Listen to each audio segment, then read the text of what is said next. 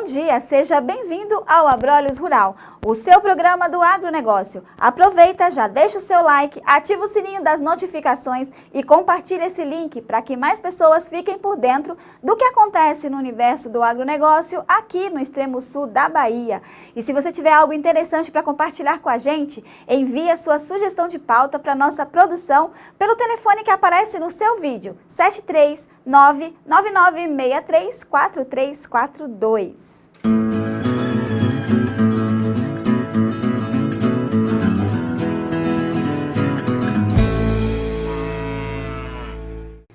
No programa de hoje, 4 de dezembro, você vai conhecer um estudo realizado no IF Baiano que transforma cascas de café em biocombustível.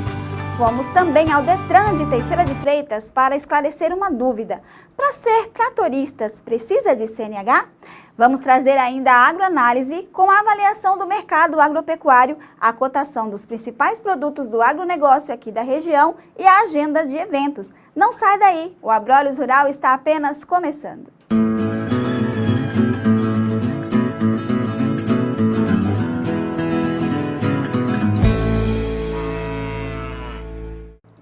Aproveitar já agradecer a você por me permitir entrar na sua casa. Nessa manhã maravilhosa de domingo, a gente acorda já tomando aquele café bem quentinho. Mas você sabia que o café não é rico em energia apenas quando é consumido pela manhã ou no lanche da tarde? A casca do café é uma biomassa muito rica em energia e se transformou no objeto de um estudo feito nos laboratórios do IF Baiano, aqui em Teixeira de Freitas, cujo objetivo é transformá-la numa fonte de biocombustível. A nossa equipe foi conversar com a professora responsável pelo estúdio e vai nos mostrar tudo. Acompanhe comigo a primeira parte da matéria. Você já ouviu falar em biocombustível? Eu tenho certeza que essa palavra não é tão estranha para você. E eu estou aqui no IF Baiano, no campus de Teixeira de Freitas, para mostrar para você um produto que você nem imagina que pode se tornar uma grande fonte de energia. E para falar sobre isso, a gente vai ali para aquele laboratório conversar com a professora Priscila Ferreira. Vem comigo, Davi!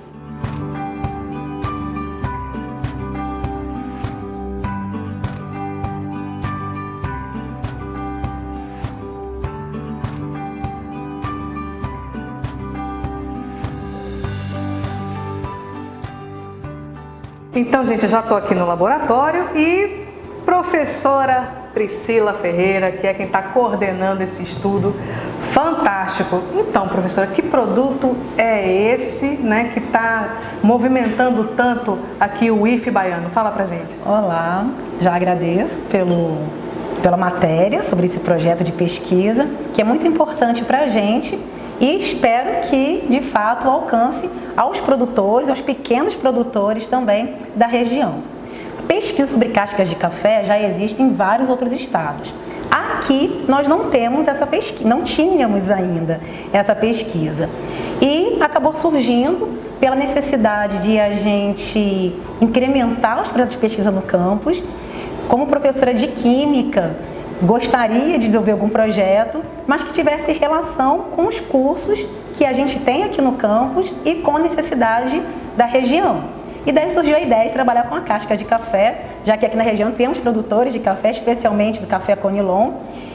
E então, vamos ver, surgiu a ideia de a gente verificar o potencial, na verdade ratificar, confirmar o que a gente já tem na literatura científica sobre esse material. Até para que a gente poder apresentar, de forma bem mais próxima aos produtores locais o material como biocombustível sólido. Toda biomassa, qualquer material de origem vegetal ou animal, pode ser usado como fonte de energia, materiais de origem vegetal ou animal, pode ser usado como fonte de energia e assim são chamados de biomassa. Então vamos devagar para o pessoal que está em casa poder entender, né? Vamos traduzir essa linguagem científica. Define para a gente então o que é a biomassa e qual é a relação dela com o conceito de biocombustível. Então vamos lá. Qualquer material, como eu disse, de origem vegetal ou animal, materiais dessas origens são chamados de biomassa. Então tem gente que pega, vou fazer uma comidinha diferente com biomassa de banana. Faz todo sentido porque é um material de origem vegetal. Mas podem ser materiais que são resíduos agrícolas, resíduos florestais, resíduos de animais, inclusive. Então, aquela casca da fruta que seria descartada como um lixo comum, não precisa ter essa destinação, ela pode ser reaproveitada. Exatamente, para gerar energia. E aí, se usado para geração de energia, a gente vai chamar de biocombustível. Existem legislações que determinam como esses biocombustíveis devem ser usados, podem ser usados, mas um uso bem simples, por exemplo, é o uso dos biodigestores. Então existem já projetos, inclusive no estado da Bahia, especialmente no interior do estado, onde algumas comunidades já receberam projetos para implementação de biodigestores, para uso mesmo de dejetos animais, inclusive, restos alimentares, para a geração do biogás. No nosso caso aqui, como a gente observa que a grande produção de café, que gera como resíduo agrícola a casca de café, a gente visa aí, tem dois objetivos: minimizar o impacto ambiental das cascas de café, embora já sejam destinadas para incremento na ração de animais, usado como adubo direto sobre o solo, mas a gente pode agregar mais valor a esse material com a obtenção de biocombustíveis em formato específico. E qual foi o estudo que vocês, a literatura, né, que vocês utilizaram como embasamento para se chegar nesse ponto que vocês atuam hoje? Como eu disse, existem vários artigos científicos com a casca de café, mas não na nossa região, então acho que essa é a questão, né? A gente realmente ter um trabalho feito aqui. Então, nós recebemos a casca de café in natura, a gente tem material aqui, inclusive. É esse aqui, né? Exatamente. Então, deixa eu mostrar aqui, ó, Davi. Esse material que vocês recebem dos produtores. Esse especificamente a gente recebeu da fazenda Bom Retiro. E aí, essa casca de café passou por um processo de moagem, um moinho de facas, ficando nessa granulometria. E aí, esse material a gente submeteu a algumas análises. Fizemos determinação do teor de cinzas, teor de umidade, carbono fixo, teor de voláteis, para a partir daí determinar o poder calorífico, que é a informação que nos diz o quanto de calor, quanto de energia é gerado a partir da queima desse material. Então já existem produtores que pegam a casca de café e já queimam, seguindo as legislações adequadas, para gerar energia na própria fazenda. Mas é bacana, muito interessante que a gente possa pegar esse material, compactar, obtendo o que a gente chama de pellet ou briquete, e a gente pode comercializar. Então a casca de café ainda pode gerar um novo produto, ou seja, um produto com valor agregado e ser comercializado. Então, para você que é pequeno produtor e está assistindo a gente agora, fica aí uma dica, né, de não descartar as cascas, né, do café da sua produção, e para fazer um uso otimizado dessa queima, né, para poder gerar realmente o biocombustível e isso reduzir custos e aumentar os ganhos do pequeno produtor. Com certeza. Então tem um ganho energético, mas como eu disse, não pode fazer a queima direta sem seguir as legislações adequadas à queima. Mas é interessante a questão desse material acumular. Por mais que alguns destinos sejam dados, é muito comum que resíduos agrícolas, resíduos florestais fiquem acumulados no meio ambiente. Ah, mas é biodegradável. Ainda assim, causam impactos ambientais. Então, a gente consegue minimizar o impacto ambiental do acúmulo desse resíduo no meio ambiente com o processo de pelletização ou produção de briquetes. A gente consegue obter um material que pode ser comercializado, transportado, porque não tem como transportar um volume muito grande de cascas de café, acaba sendo inviável. Então, inicialmente, nosso projeto aqui era determinar, fazer a caracterização química e físico-química desses materiais. Então, a gente está determinando ainda teor de lignina, celulose, hemicelulose, são procedimentos que estamos realizando. Ou seja, vocês atiraram no biocombustível a partir da casca do café, mas estão descobrindo outros produtos que podem surgir a partir dessas análises químicas. Exatamente. Não é, na verdade, descobrir os produtos, mas determinar outras aplicações possíveis para esse mesmo material, porque existem outras aplicações que podem ser realizadas. Então, mas o foco agora é realmente o biocombustível e existem outras instituições de ensino no extremo sul da Bahia que já trabalham com biocombustíveis. Então a ideia é estreitar mais ainda a parceria com essas instituições que já têm equipamentos que permitem a produção dos pellets e dos briquetes. Porque aí sim, esse pequeno produtor tem como acessar essas instituições. Olha, eu produzo esse volume de biomassa. seja de casca de café, bagaço de cana já é bastante utilizado. Agora eu quero agregar valor ao meu produto e daí tanto usar na própria fazenda ou na própria indústria onde esse pequeno produtor está inserido, ou não, quero realmente comercializar. Então a ideia é que a gente possa também dar essa orientação ao pequeno produtor ou ao médio produtor da região. Então, gente, veja que biocombustível ele não é apenas para os grandes produtores, a grande indústria. Ela também serve para você que se vê como um pequeno produtor, mas na verdade você pode ter aí uma propriedade riquíssima de uma produção, né, de biomassa, como a professora está bem explicando aqui para a gente. Agora, professora, vamos então mostrar para o pessoal como é que está sendo feita essa análise, né? A gente mostrou aqui as cascas como material bruto, né, como vocês recebem. E fala pra gente aí, mostra pra gente como é que vem sendo feita esse passo a passo. O passo a passo é daqui a pouquinho na segunda parte dessa matéria, viu?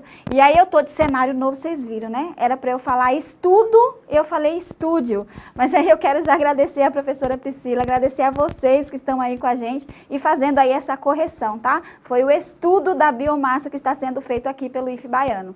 E a gente continua aqui o nosso Abrolhos Rural, agora a gente vai falar sobre o boi, que agora deu uma engordada, né? Essa semana ele teve assim uma engordada. E quem vai trazer essa avaliação é a CEO da Agrifato Consultoria, Lígia Pimentel. Está na hora do Agroanálise.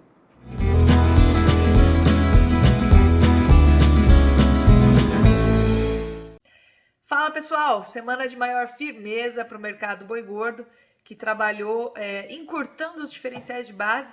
Nós observamos aí negócios, por exemplo, em Goiás, sendo buscados em 280, alguns negócios com boi China em São Paulo sendo negociados, realizados na casa dos R$300, 295, né? E as escalas um pouquinho mais curtas em relação às semanas anteriores, mas o mais importante, além delas terem encurtado, elas chegaram em níveis que, claro, começam a incomodar sim um pouquinho a indústria, né? Que são escalas aí por volta de 7 dias, 6 dias. Acima disso, essas escalas elas são consideradas confortáveis, principalmente para essa etapa do ciclo pecuário que nós estamos vivendo, que é a etapa de baixa, né? A fase de baixa de ciclo, em que observamos uma oferta sistêmica maior em relação aos períodos anteriores. Isso a gente consegue observar nos dados de abate brasileiros, né? Então nós observamos um aumento do número de animais abatidos em 2022 em relação a 2021 e também em relação a 2020, mais oferta de carne, portanto. É isso que explica parcialmente e em boa parte, tá bom? O fato de nós estarmos exportando o volume recorde, né, de carne bovina agora em 2022, estarmos batendo recorde de exportação, inclusive para o nosso maior parceiro comercial, que é a China, e não termos observado uma alta para os preços. Então nós escutamos, por exemplo, né, falar muito aí, inclusive durante a campanha eleitoral, de uma possível limitação às exportações de carne para tentar regular o preço doméstico desse produto. E vejam que em 2022 a gente exportou mais do que em 2021 e os preços do boi caíram, reduzindo aí também, limitando, controlando a pressão altista no varejo. E aí você pode me perguntar, Lígia, mas por que no varejo a carne não caiu, né? Por que no varejo a carne não consolidou essa queda que nós observamos para o mercado pecuário, já que se o boi caiu, por que a carne no varejo não caiu? Ora, o que aconteceu ao longo de 2019, mas principalmente ao longo de 2020 e 2021, é que o boi subiu muito e, por incrível que pareça, é difícil a gente falar isso para o consumidor. Ele sentiu uma alta muito forte da carne, mas o preço do boi subiu ainda mais do que a carne. E a carne no atacado subiu mais do que a carne no varejo. Foi difícil imprimir a alta para o varejo na mesma velocidade, na mesma intensidade que ela aconteceu no mercado boi gordo, porque quando falta oferta, falta mesmo. O duro é encaixar essa proteína, essa carne lá no consumidor final, né? Que, afinal de contas, estava sofrendo, né? Com alta taxa de desemprego, alta taxa de inflação, né? Tudo isso acabava limitando muito o poder de compra do brasileiro. Então, dito isso, o que aconteceu? Foi que o varejo perdeu um pouco de margem para o produto carne ao longo desse processo. Então, o boi subia, a carne subia, mas não o mesmo tanto, né? Na mesma proporção que o boi gordo. Então, esse produto ele ficou defasado no varejo, tá certo? E agora o que acontece é que o preço do boi cai, o atacado cai e o varejo segura para recompor essa margem, tá certo? Principalmente em um cenário agora macroeconômico um pouquinho mais positivo, né? Recuperação de emprego, a inflação já caiu, a gente teve até alguns meses com deflação, tá bom? Possivelmente nós vamos voltar ao nível de déficit fiscal pré-pandemia, então nós temos alguns fatores bastante positivos. Agora, dito isso, é interessante a gente observar, né, que mesmo exportando mais em 2022, o preço do boi gordo no mercado doméstico caiu, diminuiu essa pressão altista para a carne. Por quê? Porque o que manda mesmo nesses movimentos mais explosivos é a oferta, né? Quando falta boi, de fato falta boi. A demanda é uma coisa, ela possui um movimento, uma característica de movimento com um pouquinho mais de inércia, né? Ou seja, para você mudar de direção, aquilo leva tempo e espaço. Tá? É como pilotar um grande transatlântico no oceano. Para a gente mudar de direção, mudar de bom bordo para este bordo, a gente precisa gastar tempo e distância, tá certo? Então, a demanda, ela se comporta de uma maneira um pouquinho menos dinâmica. Já a oferta, os grandes choques de preço, né, eles são, de fato, determinados, aí, liderados ou direcionados pela oferta, tá bom? E como a gente tem uma oferta maior agora, mesmo exportando mais carne, sobrou mais produto no mercado doméstico, reduziu a pressão inflacionária sobre a carne e o preço do boi gordo caiu, tá bom? Para vocês verem aí que não precisa regular os preços, né, diretamente. Os preços, eles são sintoma, eles não são o que ocasiona, né, o comportamento. Eles são o sintoma do equilíbrio de mercado. Qualquer ação que vise baixar preços, ela tem que fazer o quê? Estimular a produção. Tá? Então a gente precisa aumentar a produção, aumentar a disponibilidade do produto para que o preço caia. Lembrando que o preço é sintoma e não causa. Se a gente cortar o preço, muito possivelmente vamos desestimular os produtores e esse preço vai subir ainda mais no futuro. Tá bom? Fica o nosso recado da semana. Um grande abraço a todos e até a próxima.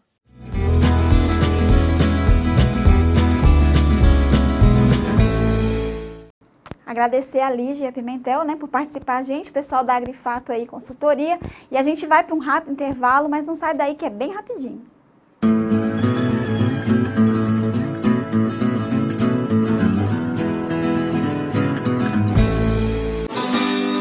Do custeio da uva no sul ao cultivo de pimenta no nordeste. Do financiamento do café no sudeste, do manejo do gado verde no norte, às colheitadeiras do milho no centro-oeste. Para o que você cultivar, para o que precisar. Soluções do Sicoob para o agronegócio. Só quem nasceu no agro entende do seu negócio. Sicoob, faça parte.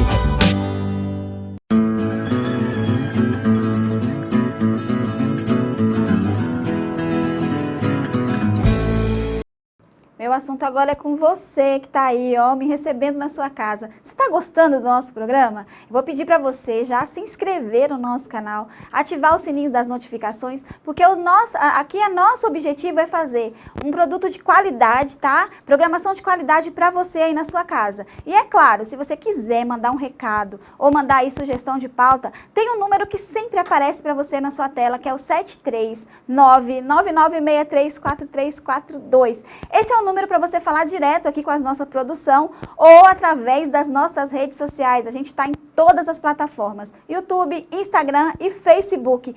Tudo aqui está preparado com muito carinho para vocês. Então não deixe de mandar os seus recados, afinal de contas, a gente trabalha por vocês. A gente vai dar continuidade aqui ao nosso Abrolhos Rural. A gente vai falar agora, vai ver agora a segunda parte da matéria sobre o IFE baiano, falando sobre o biocombustível, que é a parte, né, da casca de café. Acompanhem com a gente.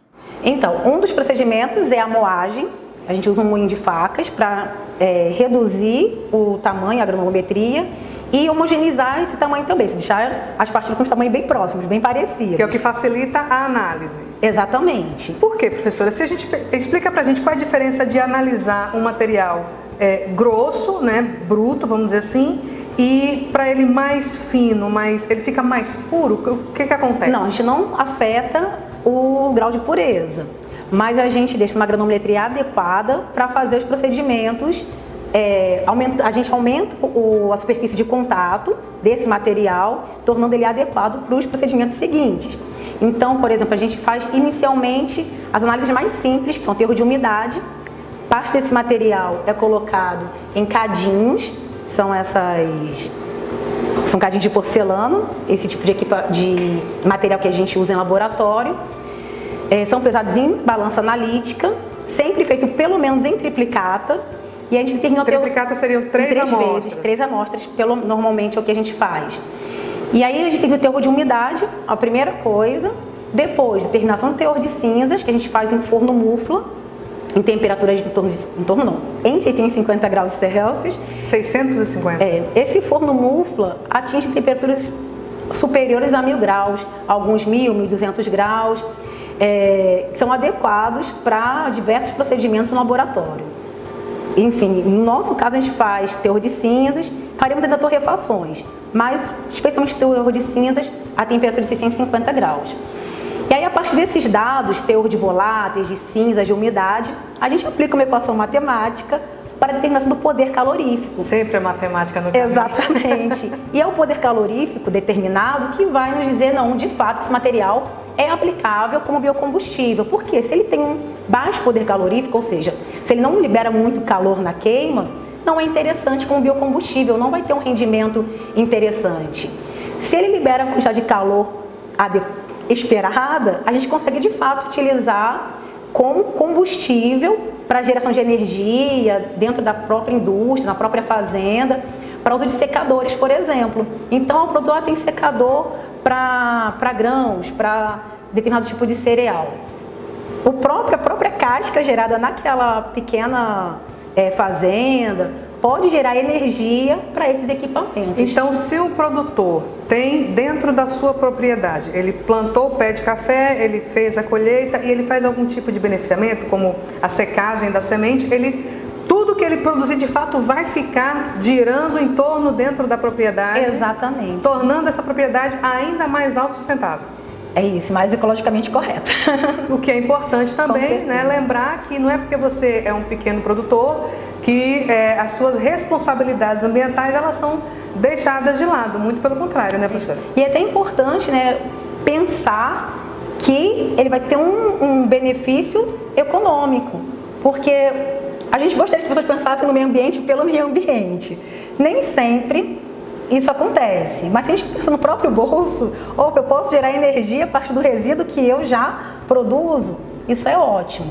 Então, assim, vou ressaltar que é importante procurar os órgãos da cidade que gerem essa parte do meio ambiente para que tudo seja feito de acordo com a legislação adequada. E aí se envolve a Secretaria de Meio Ambiente, Secretaria de Agricultura. Lembrando que a gente não pode queimar, não é correto a gente queimar nenhum tipo de biomassa. Então, assim, eu estou queimando, tem gente, né, que junta inclusive folha em casa e ateia fogo ao lixo, não pode, isso não é correto.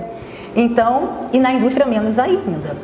Mas é importante pensar nessa possibilidade, além do resíduo agrícola, do resíduo florestal, inclusive o resíduo que os animais geram também pode transformar em biocombustível. Não é o foco da pesquisa, nesse caso, mas é algo importante a gente falar que há possibilidade de implementação de biodigestores. Não é um processo caro. E, gente, imagina você gerar biogás, em casa ou na sua propriedade. Opa, preciso utilizar uma caldeira e eu tenho ali a geração de energia. Há uma diminuição de gasto, né, dos custos de produção. Então, a economia é importante ser mencionada porque acho que pode ser um atrativo para a gente ter esse cuidado em relação à gestão dos resíduos. Inclusive, professora, a gente já mostrou aqui no Abrolhos Rural um produtor de Itaém que ele investiu no biodigestor, né, e teve assim, uma redução de custo altíssima na produção dele. Então, para ele estar sendo bem rentável, é só você procurar aí no canal da TV Abrolhos, o Abrolhos Rural, que tem essa matéria também. Ótimo. Tá? E semana passada a gente entrevistou também um pequeno produtor aqui de Teixeira de Freitas, que ele tinha esse hábito, né, de queimar as folhas secas e tal, e quando ele recebeu uma consultoria através de um técnico aqui, do IFE Baiano, disse que o rapaz olhou para ele e falou assim: mas, seu Emílio, o senhor está queimando dinheiro? Ele, vou parar de queimar dinheiro para poder trabalhar com a compostagem, né? Ele trabalha com a compostagem, melhorando a produção de hortifrutis orgânicos dele. Então veja como as coisas se interrelacionam, né? A gente vai mostrando o dia a dia do produtor, lembrando que tem a ciência por trás, e hoje a gente está tendo a oportunidade de ouvir a ciência, né, da aplicabilidade dela. Então vamos dar sequência aí, né, nesse passo a passo. Falamos já da recepção, da casca, do processo de moagem, né, de análise química, vamos dizer assim, físico-química, né, do material. Qual é o próximo passo a partir daqui? Então, as amostras dos materiais serão enviadas para outra instituição para a gente fazer algumas análises, análise termogravimétrica. Por quê? Calma aí, termogravimétrica, vamos traduzir isso para o nosso público. É uma análise pela qual a gente determina a variação de massa com a variação de temperatura durante essa análise. E ela nos permite determinar a quantidade de lignina, hemicilose e celulose material. Então, aqui no laboratório, aqui no IF Baiano, nós vamos fazer os procedimentos químicos para a determinação desses componentes da biomassa. E essa outra análise física, deverá, esperamos, corroborar com os resultados obtidos aqui. E é importante porque, tendo esses teores, a gente consegue pensar em outras aplicações para esse material. Como eu disse, eu não tinha a expertise do trabalho com biocombustíveis. Minha formação em mestrado e doutorado é na área de ciência e tecnologia de polímeros, mas aqui a gente não trabalha diretamente com polímeros, com plásticos e borrachas. Mas lá do doutorado eu trouxe um pouquinho do conhecimento do tratamento em fibras vegetais. A gente chegou aqui, não vamos ficar esperando que tragam alguma coisa específica da tecnologia de polímeros para aplicar aqui no IF Baiano. Vamos otimizar o que a região tem a oferecer. Vamos aplicar o que a gente sabe dentro da região. Eu falei uma ideia, e eu já tinha atuado numa outra instituição que trabalha com biocombustíveis. Falei, acho que uma ideia interessante é o tratamento das fibras vegetais da casca de café, inicialmente visando o uso como biomassa, mas a gente pode pensar em outras aplicações, como reforço, materiais poliméricos, que é o trabalho que eu desenvolvi num outro momento. Então, assim, a partir dessas análises, a gente consegue pensar em outras aplicações. A gente está falando em biocombustível sólido, porque é uma aplicação mais imediata, de certa forma mais simples e menos custosa. A gente pode pensar, inclusive, na obtenção de etanol a partir de biomassa. Mas aí é um estudo mais específico que requer esses conhecimentos mais específicos sobre a biomassa em questão. E a gente pode aprofundar ainda mais, falando de enzimas específicas, catalisadores específicos, para atuarem na obtenção de etanol a partir de biomassa. Então dá para fazer álcool combustível a partir de biomassas de um modo geral. Então, foi vegetal, pode gerar, existe a possibilidade de gerar o álcool combustível. Existe a possibilidade, só que a gente precisa fazer estudos justamente para ver a viabilidade econômica. Porque não adianta, é legal, consegui obter um material muito bom, consegui obter biocombustível a partir de casca de café, fiz briquete, fiz pellet, mas quando eu vou analisar o balanço econômico, não é viável, não é tão atrativo. Então precisa ser atrativo também economicamente, porque, como eu disse, infelizmente, nem todo mundo tem um comprometimento só com o meio ambiente. Espero que tenha esse balanço. Então, outras pesquisas podem ser desenvolvidas, mas a gente começou, por enquanto, como eu disse, análise física, para a gente saber teor de cinzas, teor de carbono fixo, os resultados já estão de acordo com a literatura, então o que nós temos até agora, podemos dizer que deu certo. Então os teores, os valores que nós obtivemos estão de acordo já com a literatura científica já publicada, o que é muito bom, porque embora a gente tenha confiança no trabalho sendo feito aqui no IF Baiano, pelos técnicos que aqui atuam, pelos alunos envolvidos no projeto, é importante que a gente tenha esse parâmetro também de comparação. Então, por enquanto, os resultados têm sido muito bons comparado à literatura científica. Até porque esse é o viés da ciência, né? Sempre buscar a confirmação ou a refutação dos estudos preliminares, né? Exatamente. Então, é isso, professora. Agradeço a sua participação aqui no Abrolhos Rural, dessa forma tão específica, né? Esse é um assunto, gente, que vai render ainda, né, muitos outros produtos aqui no IF Baiano. A gente vai ter a oportunidade de acompanhar e as portas do Abrolhos Rural estão sempre abertas para vocês. Do IF Baiano aberto para vocês também. Muito obrigada. Então, até a próxima.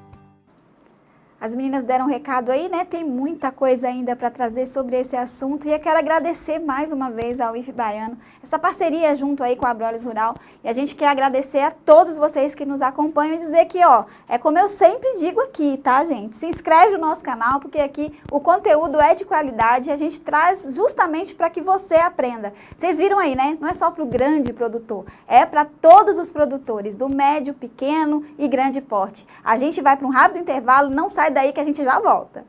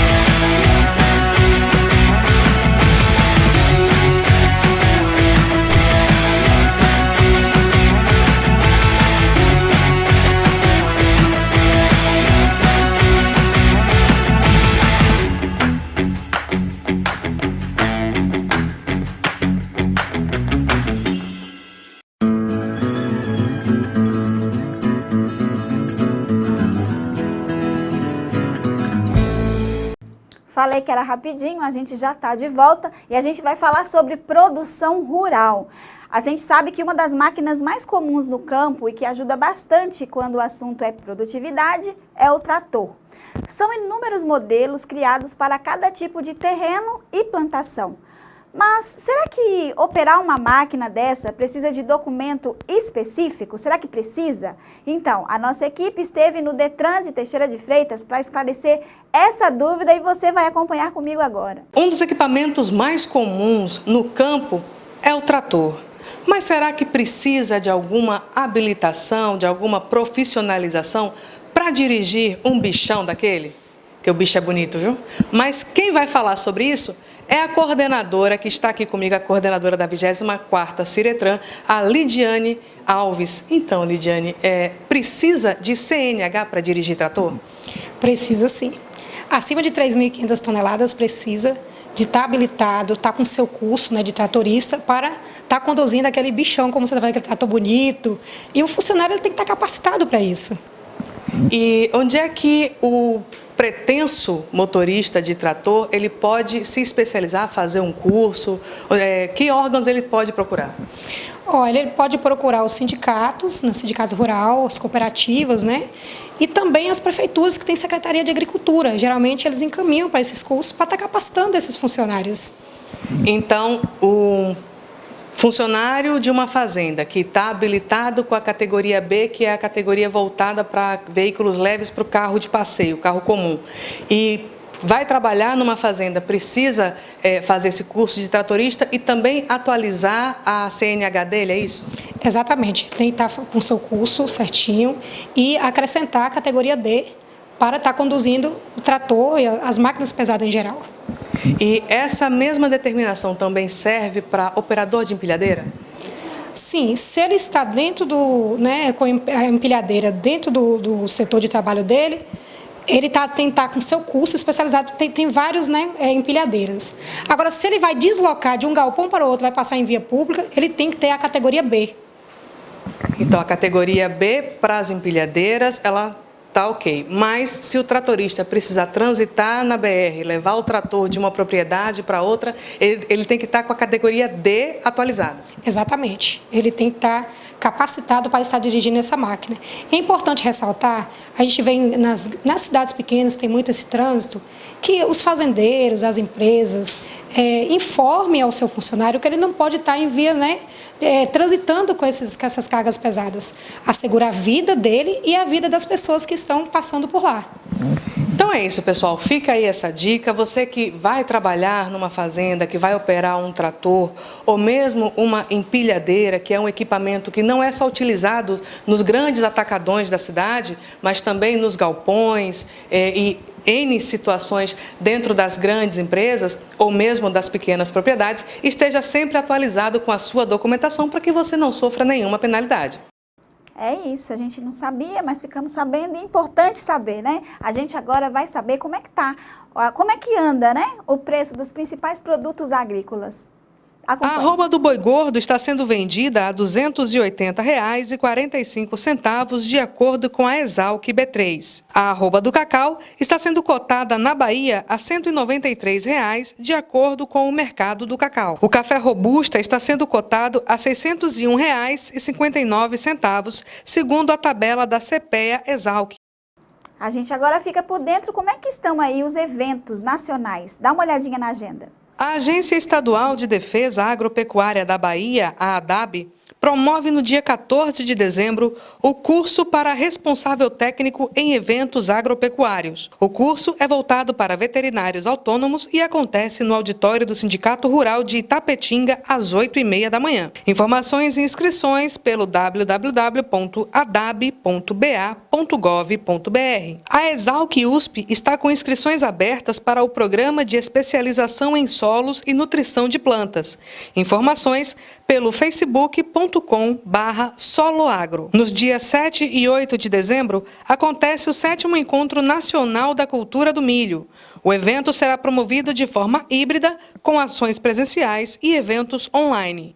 Informações e inscrições pelo www.fealc.org.br/eventos/VII-cultura-do-milho. É isso aí, os eventos aí vocês já ficaram por dentro. E agora a gente vai saber, gente, como é que vai ficar o tempo aqui na nossa região do extremo sul da Bahia. Dá uma olhada. E vamos à previsão do tempo para esta semana, de 5 a 11 de dezembro. Em Itamaraju, vamos ter uma semana de sol entre muitas nuvens e possibilidades de pancadas de chuva bem distribuídas. Na quarta e na quinta, o tempo dá uma estiada. As temperaturas variam entre 20 e 30 graus. A umidade relativa do ar fica entre 61% e 100%. Em Eunápolis, vamos ter uma semana de sol, entre muitas nuvens e possibilidades de pancadas de chuva bem distribuídas.